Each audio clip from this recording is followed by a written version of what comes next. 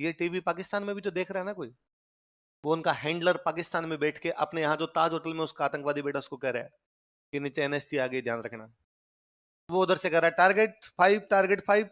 वो अंदर 2 आदमी बैठे हैं, उड़ा दिया।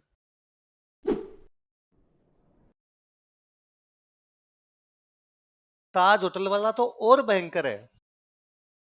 मतलब वहां वो ताज होटल में कोई 5-7 आतंकवादी है जिन्होंने पूरी होटल को हाईजैक कर रखा है और एक एक कमरे में अपनी लोकेशन लेके बैठे हुए हैं। इधर सरकार ने एनएसजी के कमांडो उतारे, बाहर खड़े हैं अपने पत्रकार।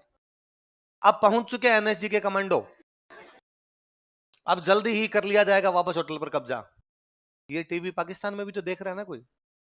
वो उनका हैंडलर पाकिस्तान में बैठ के अपने यहाँ जो ताज होटल में उसका आतंकवादी बेटा उसको कह रहा है कि नीचे एनएसजी आ गई, ध्यान रखना। अब और अपने पत्रकार और अब एनएसजी का कमांडो जा रहा है 5वीं मंजिल की तरफ। वो उधर से कह रहा है टारगेट 5, टारगेट 5। वो अंदर 2 आदमी बैठे हैं, उड़ा दिया। ये अपनी पत्रकारिता है। तो अपनी मीडिया जिंदाबाद है। कई मामलों में तो कैसे काम करती है मीडिया के खुद के नहीं समझ में आ रहा है। अपने ये मान लिया गया कि किसी के हाथ में बॉम्बू दे दिया जाए, बस इसकी पत्रकारिता। फिर किसी के मुंह में घुसेड़ दो, बता कैसा लग रहा है, कैसा लग रहा है यार, बुरा ही लग रहा है क्या, कैसा लग रहा है इसके अंदर। तो मैं कंधार तो जब भी याद करता हूँ मुझे लगता है अरे यार उस साल वो कांड नहीं हुआ होता तो बाद में कितने सारी जाने निर्दोष लोग मरे होंगे उसके अंदर, उस एक आदमी की वजह से। वो एक आदमी हमको छोड़ना पड़ा, उसने बाद में एक आतंकवादी संगठन बना दिया और बाद में खूब सारी कांड हो गए अपने। एक तो ये भी कारण, और एक मैंने एक दिन पहले बताया था शायद आपको कारण, कि हमारे एक प्रधानमंत्री बने, वही महानतम प्रधानमंत्री रहे अपने, इंद्र कुमार गुजराल। साल भर के लिए नहीं बने होंगे, साल भर के बने थे, लंका लगा गए देश की। का भारत एक शांति प्रिय देश है, इसलिए भारत देश अपने पड़ोसियों के साथ कोई छेड़छाड़ नहीं करे। हम शांति से रहेंगे, पड़ोसियों के साथ अच्छे संबंध बनाएंगे। इसलिए पाकिस्तान में जितने जासूस थे वापस बुला लिए। आपका एसेट खत्म हो गया यार, आपको न्यूज कौन देगा? न्यूज भी तो मिलनी चाहिए ना वहां पर क्या चल रहा है। हम शांति प्रिय, अरे नहीं है शांति प्रिय, नहीं बनना शांति प्रिय। लातों के भूत डांगर न घिरे दकाल्यांचे तो लाठियां खेतर उखाड़ी जाए। पशु जब धमकाने से नहीं निकले तो किसान लठ उठाता, लठ, और बाद में जाके उनको भगा के आता है। ये नहीं वो बैठा बैठा करता अरे चले जाओ रे बाहर, क्यों आगे खेत में, तो ऐसे करने से पशु निकलता। किसान भी रात को लठ लेके सोता है कि नहीं भाई ऐसे नहीं निकलेंगे, उनको बाहर निकालना। तो वो तो यार दुश्मन है, उनके साथ ऐसे कैसे कर सकते हो। तो सारे के सारे वो 98 के आसपास में थे गुजराल जी, 97 98 में थे, वापस बुला लिए। उधर से सूचनाएं मिलनी बंद हो गई, इसलिए 98 से लेके 2008 तक ये 10 साल तो भयंकर ही बुरे निकले भाई साहब। डेली कोई ना कोई होते। 2008 के बाद अपने सरकार वापस जागी, सरदार जी वाली सरकार थी, मनमोहन सिंह जी वाली, और उन्होंने वापस भेजने शुरू किए। थोड़े थोड़े अंदर और रखो रहे, और थोड़े थोड़े अंदर और रखने शुरू किए। तब अब अपने पास सूचनाएं आती है। इसलिए पिछले 7-8 साल में आपने आतंकवादी हमले ज्यादा बड़े नहीं देखे कि सामान्य जनता को किसी प्रकार को नुकसान पहुंच गया, कि भाई हॉस्पिटल के अंदर बम फोड़ दिया, किसी मंदिर के बाहर बम फोड़ दिया, रेलवे स्टेशन पर बम फोड़ दिया। इस प्रकार की घटना कई सालों से अभी देखी। उसका कारण ये है कि हमारे कुछ अज्ञात भाई, कैसे भाई, है ना, मैं आजकल यूं बड़ा राजी रहता हूँ। मैं अभी थोड़े दिन पहले एक इंजमामुल हक का एक बयान था, यदि आपने किसी ने ध्यान दिया हो तो, है ना। इंजमामुल हक का भी थोड़े दिन पहले बयान था कि उसने कहा था कि हरभजन इस्लाम में जाने वाला था। तो वो बात तो छोड़ी, हरभजन दूसरे दिन का आगे पता नहीं कौन सा सस्ता नशा करके बात करता रहता है। पर मैं उस पे एक दूसरे पे ध्यान दे रहा था। उसमें इंजमाम बोलता है, इंजमाम कहता है कि हम पाकिस्तान क्रिकेट टीम वाले जब शाम को नमाज पढ़ते हैं तो हम एक मौलाना साहब नमाज पढ़ाने के लिए आते हैं। उन मौलाना साहब का नाम है तारिक जमील। मेरा ध्यान उस पर तारिक जमील पर गया। ऐसा तारिक जमील इनको नमाज पढ़ाते थे क्या? तारिक जमील नमाज पढ़ाने के लिए आते और हम सारे नमाज पढ़ते।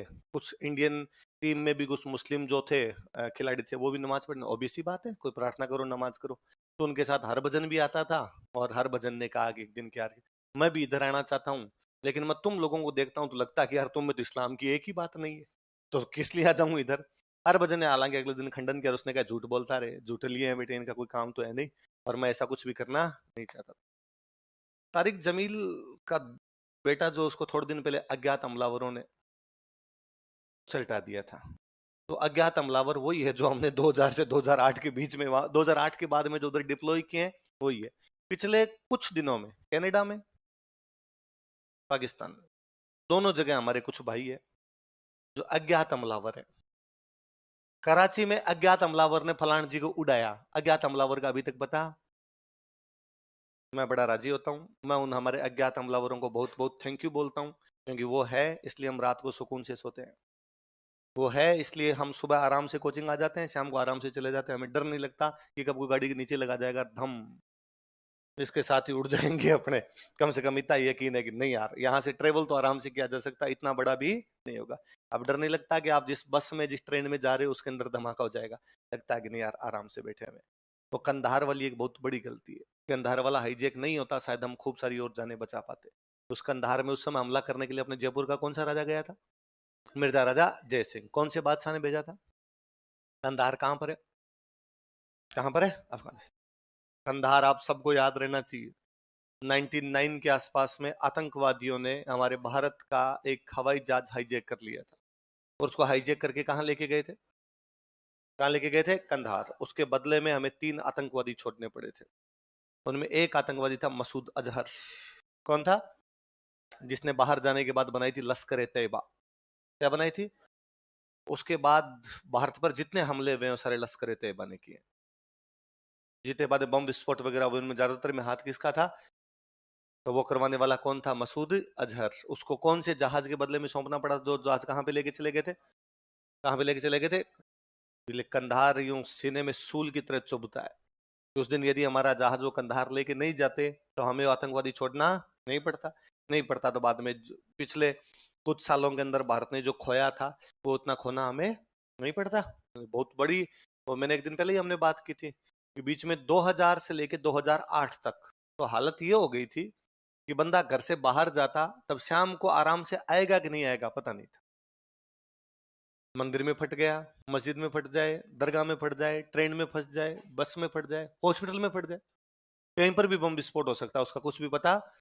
मतलब इवन क्या होगा कि ताज इतना बड़ा होटल है, उसके घुस के अंदर उन्होंने कब्जा कर लिया।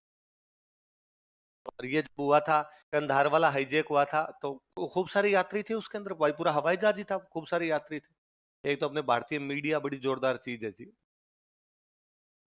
उधर कंधार में हाईजेक हुआ है, यात्री हैं उसके अंदर, सरकार बातचीत कर रही है आतंकवादियों से, आतंकवादी कह रहे हैं, वो खूब सारे लोग मांग रहे थे, वो 100 एक लोग अपने यहाँ पे उनके थे, वो कह रहे थे 100 के 100 को छोड़ो। सरकार करी नहीं छोड़ेंगे, तो वो कह रहे हैं नहीं छोड़ोगे तो जितनी टाइम लगेगा उतने में एक गिलास भेज रहे हैं, यात्रियों को मारेंगे हम। सरकार और दबाव बना रही है कि नहीं 100 नहीं 50, 50 नहीं 20, 20 नहीं 10, ऐसा कुछ उनके बीच चल रहा है। इधर मीडिया अपने चली गई भाई यात्रियों के घर पे। ऑब्वियस सी बात है, यदि सामान्य कोई परिवार है और उनके परिवार का कोई बंदा आतंकवादियों के कब्जे में है तो वो बंदा क्या कहेगा? भाई मुझे तो मेरा भाई ला के दो, मुझे तो मेरा बेटा ला के दो, सरकार क्या काम कर रही है, सरकार निकम्मी है, यही कहेगा। आपको कैसा लग रहा है आपका भाई आतंकवादियों के पास है? बुरा ही लगेगा यार, डांस तो कौन करेगा। क्या कहना चाहेंगे सरकार से? अगला कहेगा सरकार निकम्मी है, सरकार हमारे भाइयों को बचा नहीं सकती, ऐसी सरकार को रहने का कोई भी हक नहीं है। और जब टीवी पर हम ऐसी खबर सुनते हैं तो हमें भी लगता है कि हाँ यार देखो इस परिवार की कितनी दुर्गति हो रही है, और सरकार साथ नहीं दे रही। सरकार ही फाइनली थी दबाव में आई कि फिर उनसे वैसा ही समझौता करना पड़ा कि चलो 3 तो हम छोड़ रहे हैं, इनको दे दो। यदि मीडिया थोड़ा पॉजिटिव रोल प्ले कर देती, इस प्रकार की खबरें ना दिखाई जाती, तो शायद सरकार थोड़ा और प्रेशर बनाने में कामयाब रहती। कई बार अपनी मीडिया ऐसे कांड कर जाती इसकी हद नहीं। 99 का कारगिल वॉर, बरखा दत्त, एक नाम सुना हो कभी आपने ना? बरखा दत्त जो एक रिपोर्टर है, वो कश्मीर चली गई, और तब सबने, आप तो रहे नहीं होंगे, मेरे को याद है कारगिल वॉर, मेरे को याद आता है, मैं 6-7 में था पर मुझे खूब अच्छे से याद है कारगिल वॉर एकदम। तो कारगिल वॉर के टाइम अखबार आते, अखबारों में यूं डेली वैसी खबरें आती, भाई इतने जवान शहीद हो गए, इतने हो गए। तो बरखा दत्त वहां रिपोर्टिंग करनी चले गए, उस समय सब यूं तारीफ ही कर रहे थे कि ये होती है पत्रकारिता, गोलियों के बीच में जाकर कर रही है पत्रकारिता। खबरें क्या छापी? खबरें वैसी कि मैं आज इस चोटी पर हूं, यहां पर केवल 3 जवान है, क्या इस प्रकार से होगी देश की सुरक्षा? तो ये पाकिस्तान वालों को तो पता चल रहा है ना कौन सी चोटी पे कितने जवान है। खत्म हो रहे हैं यहां पर हथियार, क्या कर रही है सरकार? तुम पाकिस्तान वालों को भी तो बता रहे हो ना कि कहां पर नहीं है। सबसे बड़ी बात, इस चीज के लिए उसको पुरस्कार और मिला। इसे कहते हैं पत्रकारिता। ऐसे इतना ही करवाए भगवान।